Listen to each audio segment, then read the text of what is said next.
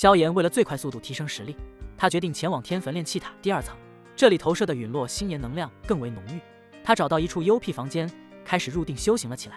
萧炎仔细沟通附近的火焰能量，将他们引导进入体内。他沉淀了一切情绪，收敛了所有斗气，进入了忘我的坐定状态。他就宛如一尊雕像，一动不动在古塔2层盘坐了4天4夜。同在2层修炼的不少学员，时不时向萧炎投来了异样的目光。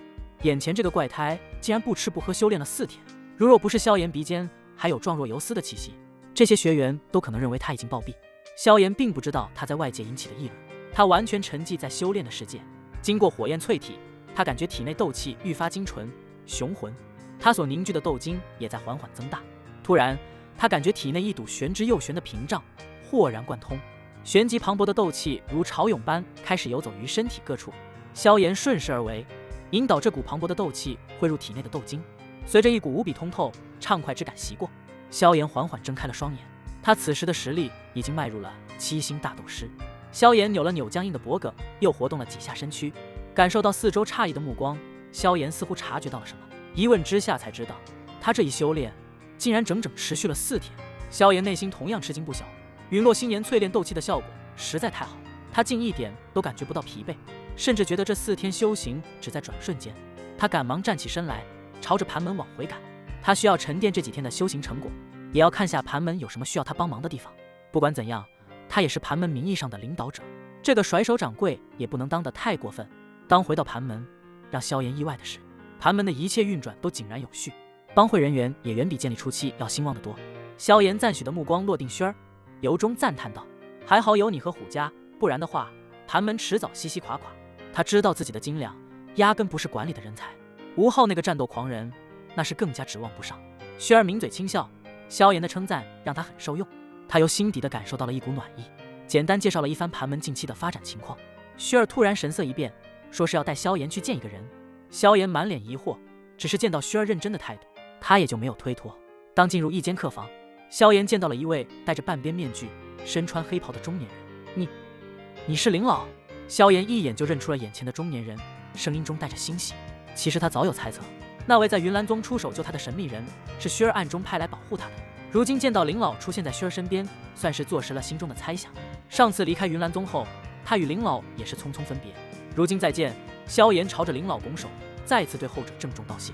林颖只是笑着摆了摆手，表示他都是听命行事。至于他这次来的目的，是来告诉萧炎关于他父亲的线索。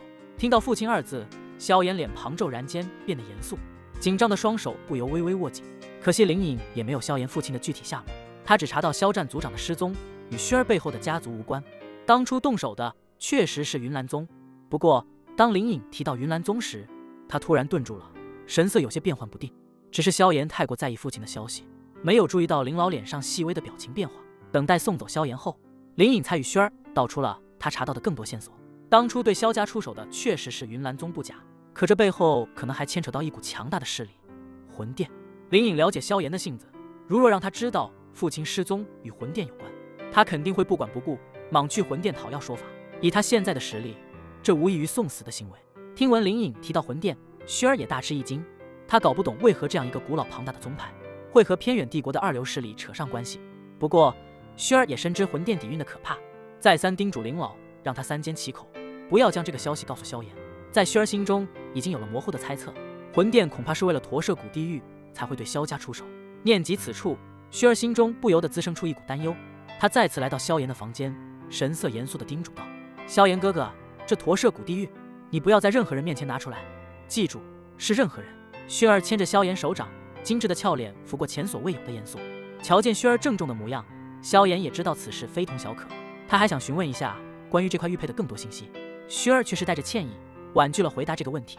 瞧见萧炎脸色不悦，眉毛拧成一团的愁容，薛儿内心大急，几乎是哀求的语气对萧炎说道：“萧炎哥哥，你若是相信薛儿，那么就听我一次，不要在任何人面前拿出这块玉佩。”瞧见薛儿急切的模样，那楚楚动人的哀求表情，萧炎心一软，答应了薛儿请求。见到萧炎应允，薛儿这才如释重负吐出了一口气，脸上再次挂起了和煦的浅笑。等待薛儿离去，萧炎还是抑制不住心中的好奇，向药老询问了这块玉佩的背景。药老对这块玉佩的历史也只是一知半解，只是模糊听到过一些关于它的传说。但是在这零星的信息中，药老提到了一个让人倒抽凉气的名字——驼舍古帝。难道他是一名斗帝？萧炎从药老尊敬的神态以及将驼舍古帝称作神的细节，做出了大胆假设。随着药老的一声轻萧炎感觉自己心脏骤停了几秒。他家族的这块玉佩，竟然和斗气大陆的巅峰存在有关联，这一切实在是太惊人。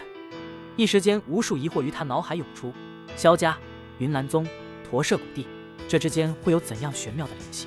一时间，让他产生了一种虚幻的不真实感。药老瞧出了萧炎心中的复杂与疑惑，一句话将他拉回了现实：这块驼舍古地狱或许会对你有帮助，可现在你的实力根本不足以触摸到它的奥妙。说罢，药老又补充道：从明天开始，你便进入天坟炼气塔进行闭关，为抢夺陨落星岩早做准备。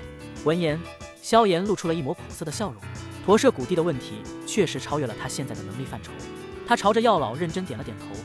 他如今能做的，就是尽快拿下陨落星岩，这样不管是解救父亲，还是对抗那些未知的危险，他心中底气都会充足不少。